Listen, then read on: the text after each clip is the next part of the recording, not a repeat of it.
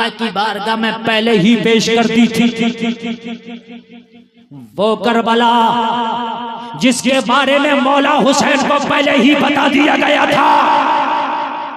जिगर और गुर्दा रखते हैं तो सुने, उसी करबला में जब मौला हुसैन पहुंचे हैं अपने 72 रुफाका के साथ खैमा लगाया।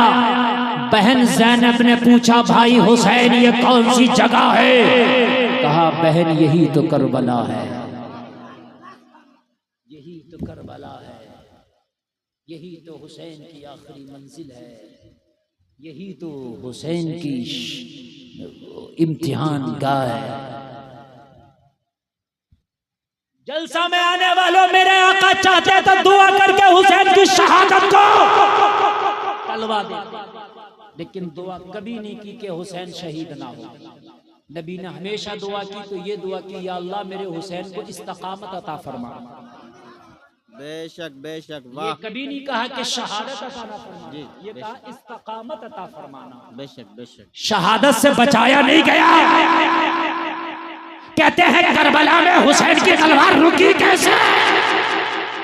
अल्लाह की कसम, अगर मेरे नबी दुआ कर देते ना तो फिर हुसैन की तलवार को रोकने वाला कोई मैया का लाल पैदा ही नहीं हुआ था।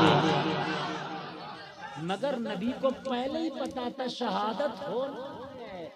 मिट्टी दी थी उम्मे सलमा को,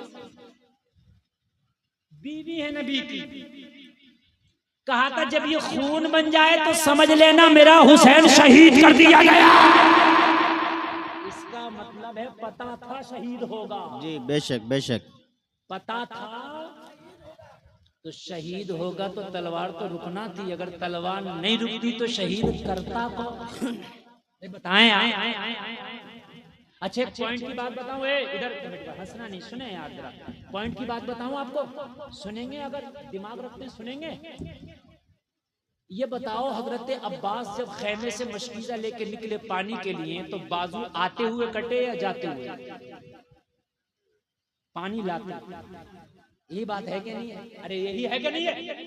अच्छा ये बताएं आप, जब जा रहे थे, जब जा रहे थे तब भी फौज वही थी, जब आ रहे थे तब भी फौज वही थी।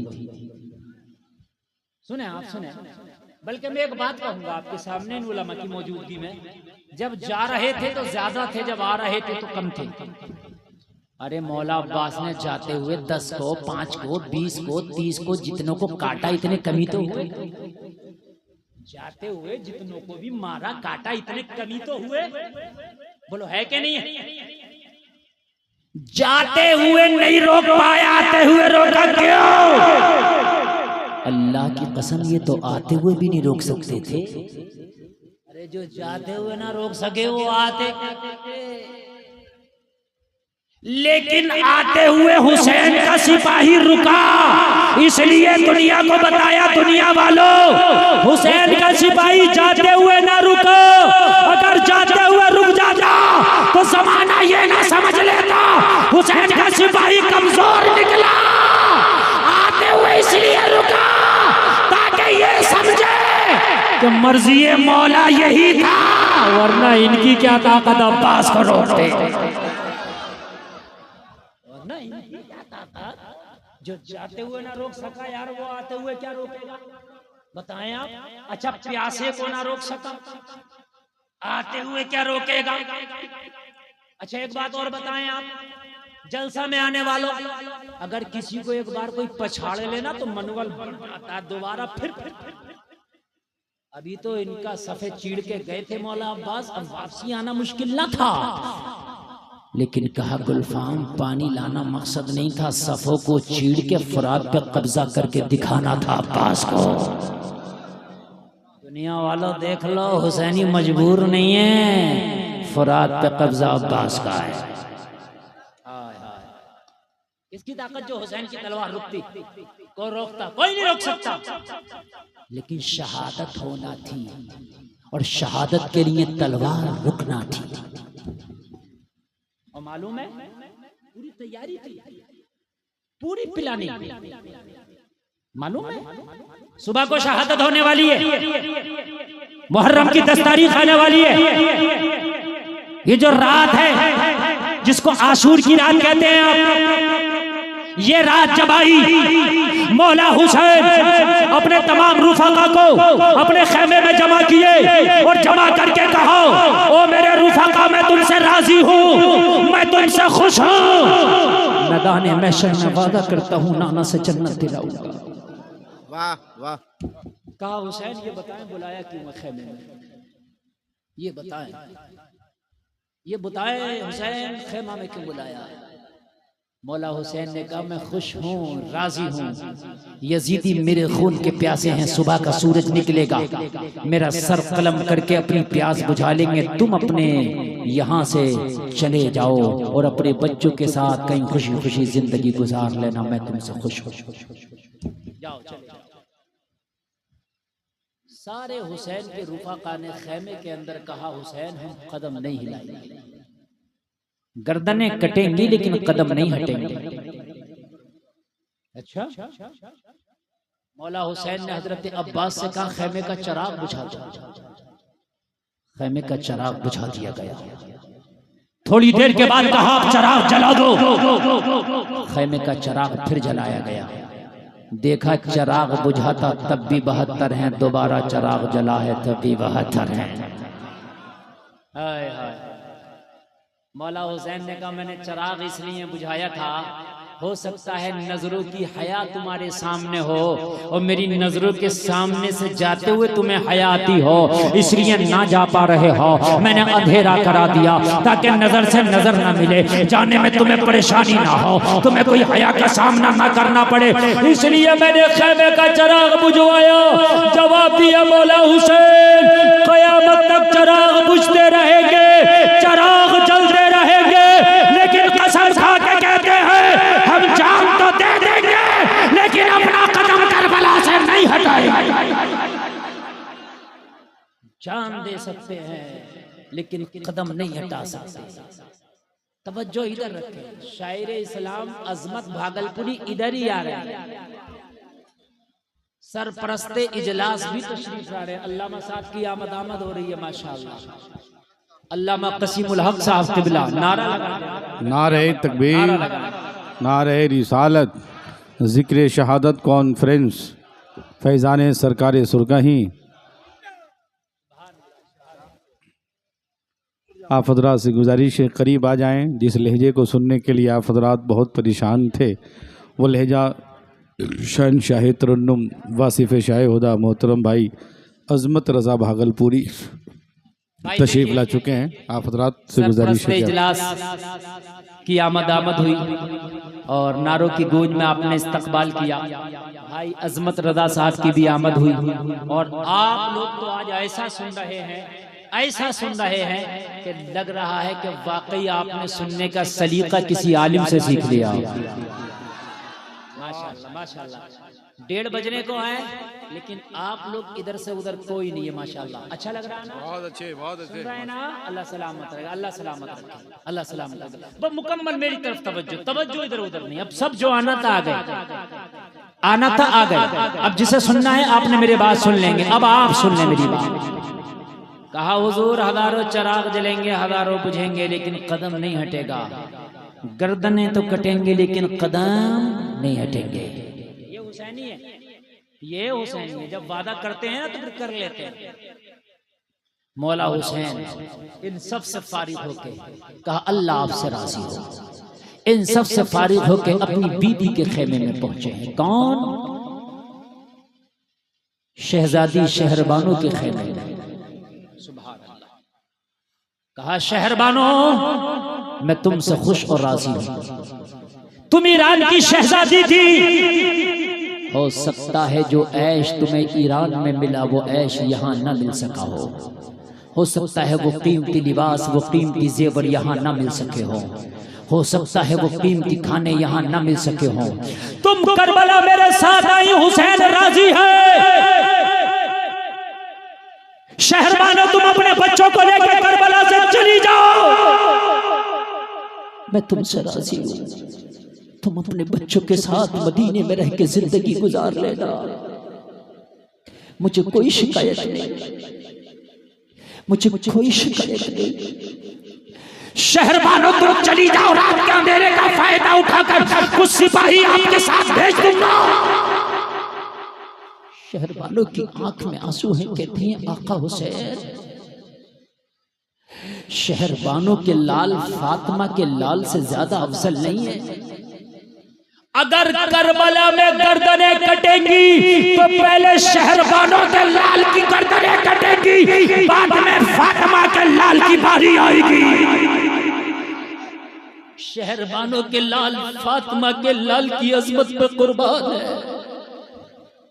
और बात करते हैं कीमती लिबास की, बात करते हैं कीमती जेवरात की, बात करते हैं अनवाओ अक़साम के खानों की, तो मौला हुसैन, जब से मैंने आपके दामने करम में आई हूँ, मैं जब से आपके दामन से वाबस्ता हुई हूँ, तो जो इज्जतें मुझे मिली है वो इससे कभी पहले ना मिल सकी। हाँ हाँ, मैं शहजादी ईरान जरूर थी, लेकिन जब ईरान में मेरी सवारी निकला करती थी, लोग कहते थे होशियार खबरदार, शहजादी ईरान की सवारी आ रही है, सारे लोग इस्तकबाल के लिए खड़े हो जाया करते थे।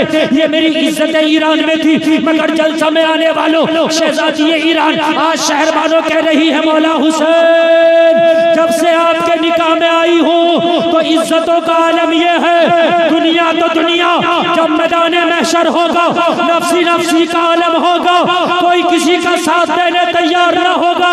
जब शहरबानों अपनी कब्र से उठाई जाएगी तो निदा देने वाला निदा देगा, अहले महशर अपनी अपनी निगाह को झुका लो, फातिमा की बहू शहरबानों आ रही है। शहजादी ईरान होना और है, बहुत अच्छे, वाह, फातिमा की बहू होना और है। जो अजमतें आपके दामने करम में आके मिली हैं वो कभी पहले ना मिल सकी थी। और जलसे में आने वालों जरा गौर करो, यही यजीदी हैं, यही यजीदी हैं, इन्हें पता था, जलसे में आने वालों इन्हें पता था कि हक पर हुसैन ही है, मगर चंद सिक्कों के खातिर, क्या है, चंद सिक्कों के खातिर।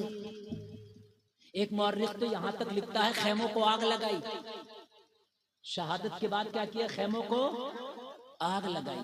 और आग लगाने की सबसे बड़ी वजह वो लिखता है, सबसे बड़ी वजह खेमों को आग लगाने की ये थी कि आका हुसैन ने यजीदियों से कह दिया था मैं आया नहीं, बुलाया गया हूं। फला तूने खत नहीं लिखा था मुझे बुलाने के लिए, फला तूने खत नहीं लिखा था मुझे बुलाने के लिए, ए फला तूने मुझे खत नहीं लिखा था क्या बुलाने के लिए, फला का खत का मेरे पास नहीं आया था। मौला हुसैन ने एक एक का नाम लेके कहा सबों के खत मेरे पास है जिन्होंने बुलाने के लिए मुझे खुतूत लिखे थे। इन्हें डर हुआ कहीं यजीद को पता न चल जाए कि हम लिखे। लाओ खेमों को आग लगाओ ताकि प्रूफ जल जाए, प्रूफ जल जाए। जुल्म की इंतहा, खेमों को आग लगाई।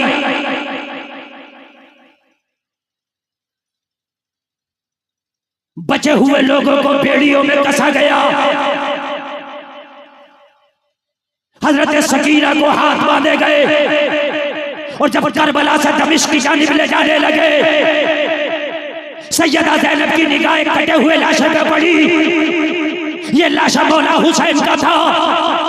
सैयदा ज़ैनब की जैसी नजर पड़ी ना, मदीने की तरफ रुक करके बोली भैया हुसैन आज क्या हो गया, मदीने में थे तो नाना के कांधों पे सवारी करते थे, आज करबला में आए तो लाश कैसी बेगोरो कफन पड़ी है। सब्र खाली करबला में नहीं हुआ, सब्र की दास्तानें यहीं पर रकम नहीं हुई है, बल्कि ऊंटों की पीठों पे बांधा गया और जब दमिश्क के बाजारों में लाया गया, दमिश्क के बाजारों में लाके घुमाया गया, सारे दमिश्क के लोगों को ऐलान करके बुलाया गया, लोगों हुकूमत के बागियों के सर काट के लाए, तमाशा देखो। किसी को नहीं कहा कि नबी के नवासे का सर काट के लाया गया, किसी को नहीं कहा अली के बेटे का सर काट के लाया गया, बल्कि दमिश्क के बाजारों में ऐलान किया गया और दमिश्क के लोगों हुकूमत के बागियों के सर काट के लाए गए हैं। अगर देखना है तो देखो, दमिश्क के बाजार में सारे लोग जमा हो गए। सैयदा ज़ैनब कहती हैं हमने अपनी फटी हुई चादरों से अपने चेहरों को ढांक लिया, हम दमिश्क के बाजारों में खड़े, चांद और सूरज भी जिनके पर्दों की हया करते हैं, और जलसे में आने वालों उन्हें दमिश्क के बाजारों में लाया गया। कटे हुए सर नेज़ों पे बुलंद है, दमिश्क के बाजारों में शोर मचाया जा रहा, हम जंग के फाते हैं। मगर इन्हें क्या पता था कि कयामत तक के लिए तुम जंग हार गए हो, फाते नहीं हो, तुम हार गए। सैयदा ज़ैनब कहती है हम खड़े हैं, बच्चों के हाथों में जंजीरें हैं, पैरों में बेड़ियां हैं, फाके से खड़े हैं। सैयदा ज़ैनब कहती है सारे दमिश्क के लोग तमाशाई बने, कोई कुछ कहने को तैयार नहीं है, शोर मचाया जा रहा, नेज़ों पे कटे हुए सर बुलंद है। सैयदा ज़ैनब कहती है कोई पूछने वाला ना था, कोई मददगार ना था, कोई हमारे करीब आने वाला ना था, कोई ये कहने वाला ना था अरे बच्चों के हाथों से तो कम से कम जंजीरों को ढीला कर दो, इनके पैरों से तो बेड़ियों को खोल दो। कोई कहने वाला ना था अरे इन्हें तो पानी पिला दो, कोई कहने वाला ना था इन्हें तो चंद लुकमे खिला दो, अरे कोई कहने वाला ना था ये थके हैं इन्हें तो आराम से बिठा दो। हम ये देख रहे थे सारा दमिश्क का बाजार तमाशाई बना था। सैयदा ज़ैनब कहती है ऐसे आलम में मैंने देखा मजमे को चीरता हुआ एक छोटा सा बच्चा कपड़े का थैला हाथ में लेके मुझ तक बढ़ रहा था, मेरे करीब आके बोला बीबी इस थैले में कुछ खाने का सामान है, खुद खा लो और अपने भूखे बच्चों को खिला दो। छोटा बच्चा, सैयदा ज़ैनब कहती है छोटे बच्चे के हाथ में थैला मैंने देखा और खाने का सामान। जो होशियार थे बड़े थे उन्होंने पानी को नहीं पूछा, जो बड़े थे उन्होंने खाने को नहीं पूछा। एक बच्चा खाना ला रहा है, बच्चा भी वो है जो हमें जानता नहीं। सैयदा ज़ैनब ने कहा बेटा खाना ये बता तुझे दिया किसने, इन गद्दारों में कौन वफादार है, क्या कोई है जो हमें जानता है, कौन है जिसने ये खाना भेजा है, ये खाने का थैला यही छोड़ और पहले उसको लेके आ एक बार, उसके चेहरा तो करा दे वो है कौन जो गद्दारों में वफादारी निभा रहा है कौन जो इन गद्दारों में वफादारी निभा रहा है, इल्लल मवद्दत फिल कुर्बा का हक अदा कर रहा है कौन। खाने का थैला यहीं रख दे बेटा, उस वफादार को ला बुला के। बच्चा सैयदा ज़ैनब कहती है फिर वापस गया और वापस जाके जब उधर से आया कुछ देर के बाद तो हाथ में एक बूढ़ी खातून का हाथ था, बुढ़ापे की वजह से जिनके बाल सफेद थे, कमर झुक गई थी, बुढ़ापे की वजह से जिसकी सांस फूल रही थी। सैयदा ज़ैनब के सामने लाके इस बच्चे ने बूढ़ी को खड़ा कर दिया। तकरीबन 80 साल की बूढ़ी खातून खड़ी है। सैयदा ज़ैनब ने बच्चे से कहा बेटा ये कौन है? कहा मैं भी नहीं जानता बीबी ये है कौन, बस इतना जानता हूँ जब सारे लोग तमाशाई बने थे तो मैं भी तमाशा देखने आया हुआ था। इस बूढ़ी ने मुझे आवाज लगा के बुलाया बेटा जरा यहाँ तो आ। मैं बूढ़ी हो गई, चलने से कासिर हूँ, सांस फूल जाता है, मेरी निगाह भी कुछ कमजोर है, मैं देख नहीं पाती। मेरे घर में कुछ खाने का सामान पड़ा है। वो जो कैदी आए हुए हैं जंगी कैदी हैं, जिनके पैरों में बेड़ियां हैं, जिनके हाथों में जंजीरें हैं, जा ये खाना जा करके उन्हें खिला। इस बूढ़ी ने मुझे ये खाने का सामान दिया था बीबी, मैं तो इस बूढ़ी के कहने से खाने का सामान लेकर के आया, मैं तो इस बूढ़ी को भी नहीं जानता। सैयदा ज़ैनब ने बूढ़ी की तरफ रुक करके कहा वो बूढ़ी क्या तूने हमें पहचान लिया, हम कौन है? बूढ़ी ने सर के इशारे से मना किया, नफी के अंदाज में कहा बेटी मैं तुझे नहीं जानती कि तू कौन है। कहा जब तू जानती नहीं पहचानती नहीं तो फिर खाना किस लिए भेजा? जिसने जाना था उन्होंने तो हमारे गले काटे, जिन्होंने खत लिखे थे उन्होंने तो खेमों को आग लगाई है, जिन्होंने हमें पहचाना था उन्होंने तो हमें फाके से रखा, तू तो जानती भी नहीं। जहां पर सब तालियां बजाकर शोर मचा रहे हैं, हमारा मजाक उड़ा रहे हैं, वहां थोड़ा सा तूने भी हमारा मजाक उड़ा लिया होता, फिर तूने खाना क्यों भेजा? तू तो पहचानती भी नहीं, और तुझसे तो हमें कोई शिकवा भी नहीं बूढ़ी खातून, तुझसे तो हमें कोई शिका और गिला भी नहीं, तूने खाना क्यों भेज दिया? बूढ़ी के जुमले सुनो के कलेजा मुंह को आ जाए। अगर वाकई कलेजा रखते हो तो सुनो, सुनो, सब्र करबला की हद तक नहीं है, सब्र तो करबला वालों के साथ हमेशा रहा है। बूढ़ी ने कहा मैंने पहचाना नहीं, खाना भेजने की वजह कुछ और है। कहा क्या वजह है? वो वजह भी बयान करा। आज खाना किस वजह से भेजा? तो ये 80 साला बूढ़ी बोली, बेटी जब शोर मचा के जंगी कैदी लाए गए हैं, जंगी कैदी लाए गए हैं, मैंने पूछा किसी से कौन आया है? कहा करबला में जो जंगी कैदी बनाए गए वो कैदी आए हैं। जब मैंने लफ्ज़ कैदी सुना तो मुझे अपनी मखदूमा की वसीयत याद आ गई। कहा कौन सी वसीयत? ये 80 साल की बूढ़ी बोली, मेरी मखदूमा ने मुझे एक वसीयत की थी कि जिंदगी में कभी भी किसी कैदी को देखो तो उसे खाना जरूर खिला देना। पता नहीं वो कब से भूखा है, पता नहीं वो कब से प्यासा है। बेटी जब मैंने लफ्ज़ कैदी सुना ना तो मुझे मखदूमा की वसीयत याद आई। मैंने घर में तलाश किया कुछ तो होगा, जितने बचे हुए टुकड़े पड़े थे मैंने सब जमा कर लिए। मेरे घर में जो मुख्तसर सब खाने का सामान था सब मैंने थैले में जमा करके इस बच्चे के हाथ तेरे पास भेज दिया। बस मेरा रिश्ता इतना था कि तलब से कैदी सुन के भेजा है। सैयदा ज़ैनब फातिमा की शहजादी हुसैन की बहन बोल उठी, ओ बीबी ये तो बता तेरी मखदूमा का नाम क्या है जिसकी वसीयत इतनी प्यारी है? वो तेरी मखदूमा कितनी प्यारी होगी, मुझे उसका जाते जाते नाम तो बताती चली जा। अगर कलेजा रखते हो तो हुसैनियों सुनो। 80 साल की बूढ़ी ने कहा बेटी मेरी मखदूमा को फातिमा बिन्ते रसूल कहते हैं। कितना नाजुक मोड़ है यार, कितना नाजुक मोड़ है। शायद तारीख में इससे नाजुक मोड़ भी कोई आया हो। कौन? फातिमा, ज़ैनब की माँ फातिमा। सैयदा ज़ैनब ने कहा बूढ़ी माई अगर फातिमा तेरी मखदूमा है तो फिर तेरा नाम क्या है? कहने लगी बेटी मुझे फिज़्ज़ा कहते हैं।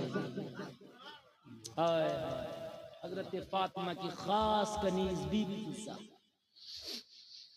आप कहोगे हजरत फिर पहचाना क्यों नहीं सैयदा ज़ैनब ने और ज़ैनब को फिज़्ज़ा ने? यार बिछड़े हुए एक जमाना हो गया था। हजरत फातिमा के विसाल के बाद बीबी फिज़्ज़ा दमिश्क आ गई। समझ रहे हैं? और इनकी पैदाइश हबशा की। अल्लाह अल्लाह। हजरत ज़ैनब ने पहचान लिया ये तो वही है जिसके हाथों में मेरा बचपना गुजरा है, ये तो वही है जिसने हुसैन को झूला झुलाया है, ये तो वही है जिसने हसन को उंगलियां पकड़ के हजरत फातिमा के आंगन में घुमाया है, ये तो वही है जिसने हमें लुक़मे खिलाए हैं। जमाना गुजरा, खद्दो खाल बदल गए, लोगों एक जमाना गुजर गया, एक दूसरे को पहचान न सके, लेकिन हजरत ज़ैनब ने पहचान लिया ये तो वही है जिसके हाथों में हमारा बचपना गुजरा है। जबान पे आ गया बता दूं कि मैं कौन हूं, आ गया जबान पे बता दूं, लेकिन अली की बेटी साबिर की बेटी साबरा रह गई। इसने शहजादी बना के मदीने में रखा था, आज कैदी बना दमिश्क में देखेगी तो बहुत तकलीफ में पड़ जाएगी, बहुत तकलीफ में पड़ जाएगी। हजरत ज़ैनब चुप कर गई, बताया नहीं बताऊंगी, अगर अपने बारे में बताया तो फिज़्ज़ा बहुत तकलीफ में पड़ जाएगी, फिज़्ज़ा परेशान हो जाएगी, इसलिए कि फिज़्ज़ा ने मुझे शहजादी की तरह रखा था, भैया हुसैन को शहजादों की तरह रखा था। अगर माँ की गोद में भैया हुसैन रोने लगे तो फिजा तड़प जाती थी। बड़ा प्यार दिया है इसने, बहुत प्यार दिया है। अगर इन हालों में देखेगी तो ये तड़प जाएगी, बेकरार हो जाएगी। इसलिए बताना नहीं है, सब्र कर गई, खामोश हो गई। और जलसा में आने वालों फिजा जाने लगी। जैसे ही जाने लगी तो हजरत ज़ैनब ने कहा बूढ़ी माई रुक जा। हमारे घर की एक परंपरा है, हमारे घर की एक, इस नौजवान को उठ जा बेटा उठ जा, हमारे घर की एक परंपरा है। फिजा बोली बेटी क्या? कहा हमारी चौखट पे जो भी आता ना उसे खाली हाथ नहीं भेजते, कुछ दे के भेजते। तूने काम तो ऐसा किया है, दिल चाहता इतना इनाम दे के तेरा दामन भर दे, लेकिन जालिमों ने कुछ छोड़ा नहीं है। खेमों को आग लगा दी, बच्चियों के कानों में जो बालियां थी ना वो भी नोची, कुछ नहीं है, सब छीन लिया, खेमों को आग लगा दी।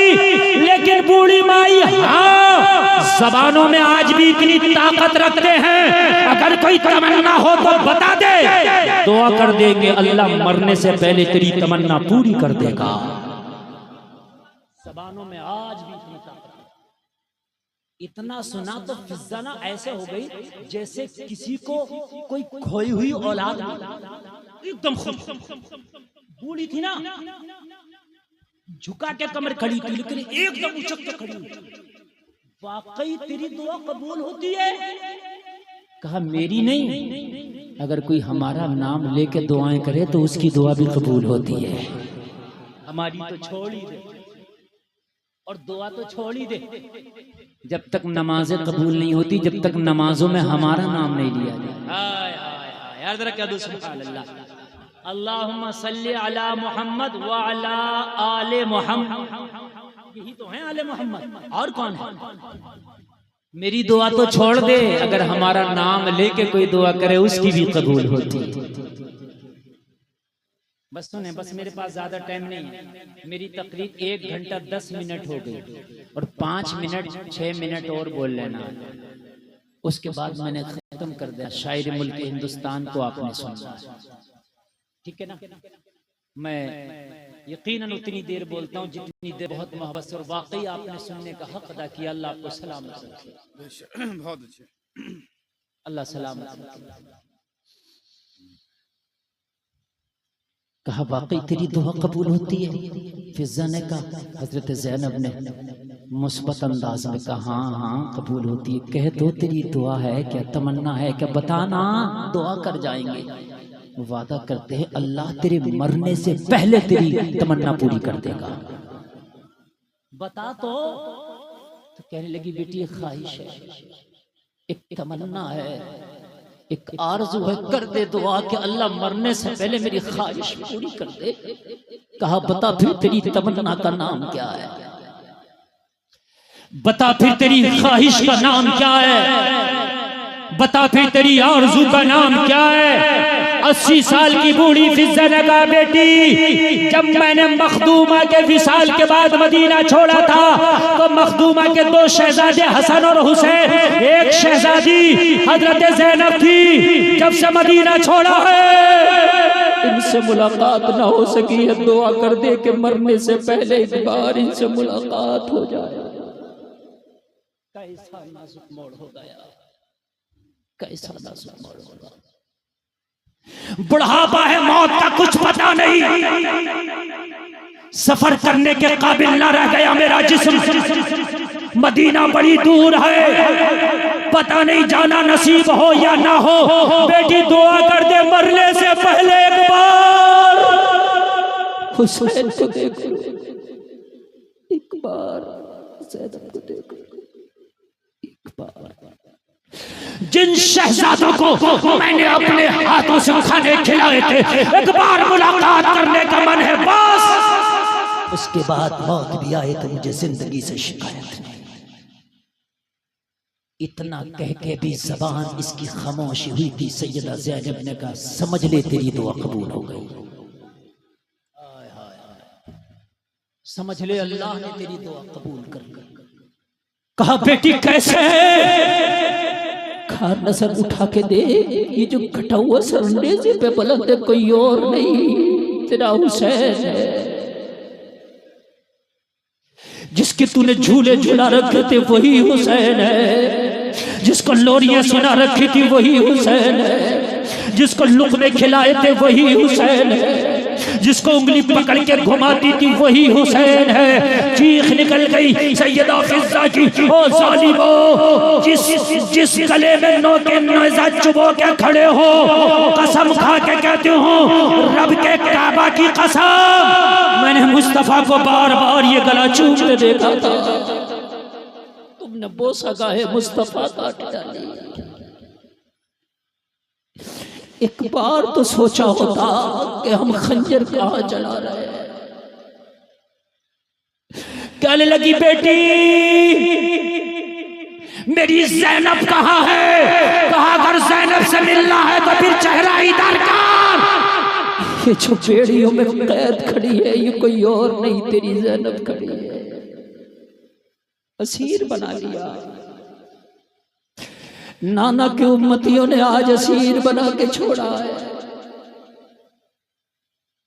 कहने लगी अगर आज बुढ़ापे के अलावा मेरे पास हुकूमत होती तो फिदिया करके रिहाई का परवाना ले लेती। हाय जालिम, चंद सिक्कों के खातिर, चंद सिक्कों के खातिर तुमने कितनी बड़ी दुश्मनी मोल ले ली। अरे जिन्हें कैदी बना के लाए हो, इन्होंने दुनिया को कैद से रिहाई अता की है। कहने लगी ज़ैनब मेरे पास बुढ़ापे के अलावा कुछ नहीं। आखिरी जुमले सुनो बस।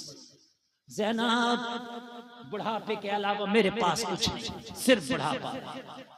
लेकिन ये बुढ़ापा भी आज फिज़्ज़ा ज़ैनब तेरे कदमों पे कुर्बान करती है। बस महशर में माँ फातिमा से कह देना, माँ फिज़्ज़ा ये बुढ़ापा मेरे कदमों पे कुर्बान करके आई है। मैं चलूंगी यजीद के दरबार में, साथ रहूंगी फिज़्ज़ा, साथ रहेगी फिज़्ज़ा। मैं देखूंगी इसके जुल्म और बर्बरियत को, मैं देखूंगी इसकी गुंडागर्दी को, मैं देखूंगी इसकी दहशतगर्दी को।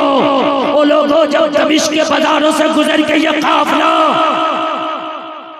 यजीद के दरबार में पहुंचा और यजीद ने एक जुमला बोला, कैदियों को मेरे दरबार में पेश करो। तो फिज़्ज़ा आगे थी, फिज़्ज़ा को जलाल आ गया और जलाल में आंखों में आंखें डाल के फिज़्ज़ा ने कहा, यजीद होश की दवा कर, जिन्हें तू कैदी कहता है, रब की कसम ये कैदी नहीं, दुनिया और आखिरत के मालिक है, जन्नत के मालिक है जिन्हें तू कैदी कहता है। ये कैदी नहीं है, ये दुनिया और जन्नत के मालिक है। किन्हें तू कैदी कह रहा है? होश की दवा। बस आखिर इतना कहना था ना, यजीद बौखला गया। कहने लगा इस बूढ़ी की ये ताकत के मेरे दरबार में बुलंद आवाज में बात करे, इसका सर कलम कर दिया जाए। जैसे ही यजीद ने सर कलम करने का हुक्म दिया ना, तो हबशा की पैदाइश है। मैंने पहले कहा था पैदाइश कहाँ की है। और हबशा के बहुत से फौजी थे जो यजीद के दरबार में खड़े थे, यजीद की फौज में थे, लेकिन उन्हें पता था ये बूढ़ी हबशा की बेटी। जलाल में आ गया, मुल्क की गैरत जाग गई, तलवारें मयान से बाहर निकाली और यजीद की आंख में आंख डाल के बगावत भरे लहजे में बोले, यजीद नौकरी तेरी करते हैं, तनख्वाह फौज में तुझसे लेते हैं, लेकिन मुल्क की गैरत को बेच के नहीं खाया। ये बूढ़ी हबशा की बेटी है, किसकी ताकत जो हबशा की बेटी की तरफ आंख उठा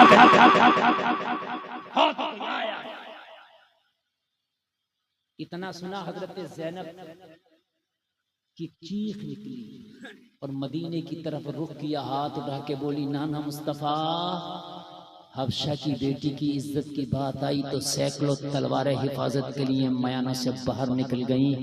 आज तुम्हारी बेटियों की इज्जतों की हिफाजत के लिए कोई तलवार नहीं। ऐसा बात होगा। और फिर वो खुतबा जो अली की बेटी ने यजीद के दरबार में दिया ना, खुदा की कसम यजीद भी हिल गया, इसका तख्त भी हिल गया। कभी फिर इंशाअल्लाह मौका मिला तो मैं आपको ये तारीख का बाब आगे पढ़ के सुनाऊंगा। मेरे कहने में, आपके सुनने में अगर बशरी तकाज़ों के चलते कोई ख़ता हुई हो, अल्लाह माफ़ करे। एक बार कलमा शरीफ पढ़ें, ला इलाहा इल्लल्लाह मुहम्मदुर रसूलुल्लाह। वो सनान तीर की दावत है, वो अली के लाल की हिम्मतें, कभी बेज़बां का गला दिया, कभी नौजवान का जिगर दिया। वो चमन अपना लुटा गए कि बहार दीन खुदा रहे, ना जमा जो रंग बहार से तो लहू भी अपना मिला दिया। हुमा अलैना इल्लल बलाग।